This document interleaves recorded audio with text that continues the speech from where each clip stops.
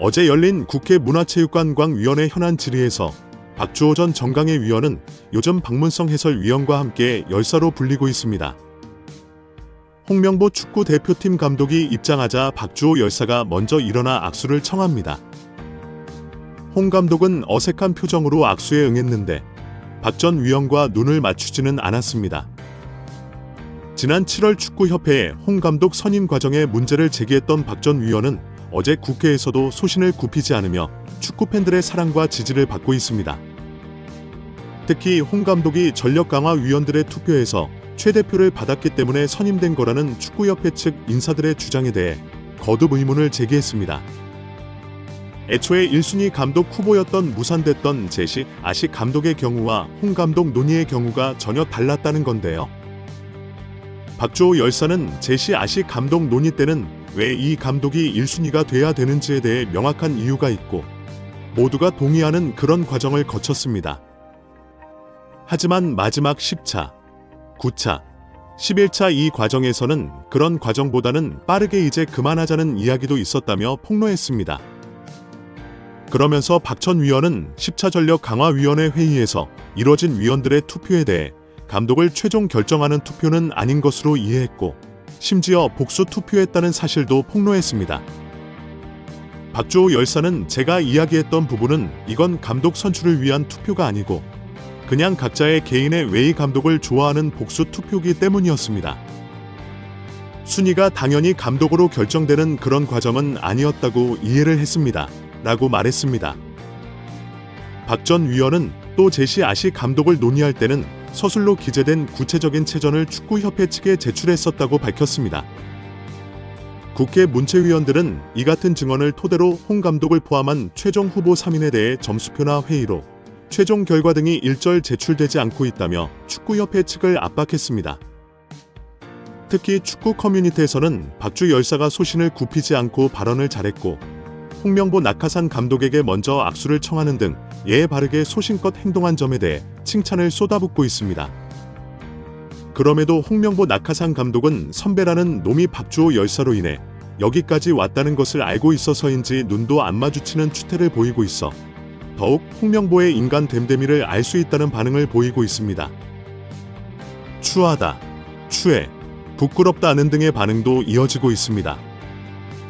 정몽규 대한축구협회장이 사선을 노리는 것으로 알려진 가운데 자신의 3선 연임을 승인해준 스포츠공정위원장과 적대 골프를 친 의혹이 알려지며 화제입니다. 미래통합당 김승수 위원은 체육단체의 협회장은 3선을 하기 위해서는 스포츠공정위원회의 승인을 얻어야 한다면서 스포츠공정이 승인을 받은 직후 당시 스포츠공정위원장이던 김병철 위원장 등 8명을 정몽규 소유의 원주 오크밸리로 초대해 적대 골프를 했다는 제보가 있다고 밝혔습니다. 정몽규 회장은 언제인지는 모르지만 언제 한 번 친 적은 있다고 답했습니다. 김승수 위원은 3선 승인을 받고 불과 몇 달이 채 되지 않은 상태에서 스포츠 공정원장을 불러 골프를 접대한 것이 굉장히 부적절한 일 아니냐고 추궁했습니다. 앞서 유인촌 문화체육부 장관은 정몽규 회장의 사선 가능성을 일축한 바 있는데요. 유인촌 장관은 지난달 26일 국회 문화체육관광위원회 전체 회의에서 스포츠공정위원회에서 사선을 허가하면 할 수 있다 면서도 다만 공정위원회가 정말 공정화되면 재출마하기 어려울 것이라고 밝혔습니다. 또한 유인촌 장관은 지난 20일 CBS 라디오 김현정의 뉴스쇼와의 인터뷰에서 개인적으로는 요즘 국민 여론이나 이야기를 들어보면 오히려 스스로 거취를 결정하는 게 명예롭지 않나라는 생각이 든다고 퇴진을 요구했습니다. 결국 10월 22일 국감 때 증인으로 채택된 정몽규 회장이 그 전에 입장 표명을 할지가 관심이 집중되고 있는 상황입니다. 정몽규 취임 후 보조금은 11년간 3배 늘었습니다. 정부 보조금은 연간 최소 110억 원 수준이며 스포츠 토토 등 목표 수익 연간 200억 원이 지원되고 있습니다.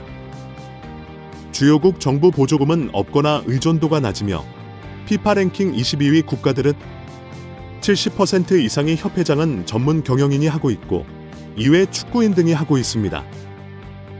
우리나라처럼 재벌 총수가 회장인 곳은 단 한 곳도 없습니다. 대한축구협회에 연간 약 300억 원의 국가재정이 투입되면서 수익에서 정부 의존도가 약 30% 달하는 것으로 나타나 충격에 빠졌습니다. 사실상 정부 재원이 아니면 운영이 어려운 셈입니다.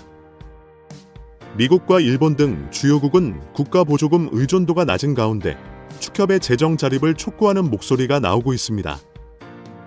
18일 한경닷컴이 축협의 손익계산서를 분석한 결과 지난 2013년 이후 보조금과 복표 수익을 제외하면 연평균 300억 원 적자를 기록하고 있습니다. 축협의 손익계산서는 정부 재정 비중이 상당한 보조금과 스포츠 토토 등으로 알려진 복표 수익을 포함해 계산하면 재정 상황이 좋아지는 것처럼 보입니다. 복표 수익은 국민체육진흥공단이 국민체육진흥기금 조성을 위해 운영하는 국가 정책 사업에서 발생하기 때문에 정부 재원을 배분하는 세금의 성격을 가지는데요. 축협의 단기 순이익은 최근 5년간 코로나 팬데믹으로 입장료 수익 등이 없어 38억 원의 적자를 기록한 2020년을 제외하곤 늘어나는 듯한 모습입니다. 2020년까지만 해도 보조금과 복표 수익은 연간 300억 원이었는데 2022년부터는 500억 원 안팎으로 급증했습니다. 이렇게 지난 11년간 축협이 쓴 보조금은 총 189억 원, 복표 수익은 총 258억 원으로 총합 3,866억 원에 육박한다는 사실이 알려지자 축구 팬들보다 국민들까지 분노가 들끓고 있습니다. 최고의 황금 세대를 가지고 제대로 일처리도 못하면서 정부 지원금이 무려 3천억 원이 넘는 소식에 다들 뒷목을 잡고 쓰러지기 일보 직전입니다. 홍명보 감독은 11차 전력강화위원회에서 행정적인 착오가 있었다고 생각한다며 전력강화위원장을 교체하면서 임명장이 행정적인 절차가 없었다는 걸 어느 정도 인정할 수 있을 것 같다고 말했습니다. 하지만 10차 전력강화위원회까지 위원들의 발언이나 전력강화위원회의 역할은 문제가 없다고 생각한다고 했습니다. 홍명보 감독이 대표팀 감독 선임이 행정적인 착오, 오류가 있었던 것 같다고 느꼈습니다. 10차 전력강화위원회까지 문제 없었지만 이임생 총괄이사가 맡았던 11차 전력강화위원회와 최종 감독 선임이 행정적인 오류를 듣고 느끼고 인정했습니다. 홍명보 감독에게 감독 결정 과정을 물었습니다. 마이크를 잡은 홍명보 감독은 그동안 회의록을 보지는 못했는데 여기 국회에서 회의록을 듣고 봤다. 개인적으로는 10차까지는 문제가 없었다고 생각한다. 다만 11차 행정적인 착오가 있었다고 생각한다. 전력강화위원장을 교체하면서 임명장이 행정적인 절차가 없었다는 걸 어느 정도 인정할 수 있을 것 같다. 하지만 10차 전력강화위원회까지 위원들의 발언이나 전력강화위원회의 역할은 문제가 없다고 생각한다 라고 말했습니다. 절차적인 문제점은 감독 사임할 생각이 없냐는 질문으로 이어졌는데요. 홍명보 감독은 이 문제를 가지고 감독직을 사임할 생각이 없다. 감독은 성적이 좋지 않다면 언젠가는 경질이 된다. 내 역할은 남은 기간 동안 대표팀을 강하게 만드는 것이라고 답했습니다. 완전히 미쳐버린 홍명보입니다. 절차상의 문제가 있다고 인정했고 그럼에도 불구하고 절차상의 문제가 있어도 자신은 사임할 생각이 없다고 충격 발언을 했습니다. 정말 답이 없는 홍명보입니다. 오늘도 영상 시청해주신 구독자 여러분들 너무나 감사드립니다. 아직 구독 안 하셨다면 구독, 좋아요 부탁드립니다. 좋은 하루 보내세요.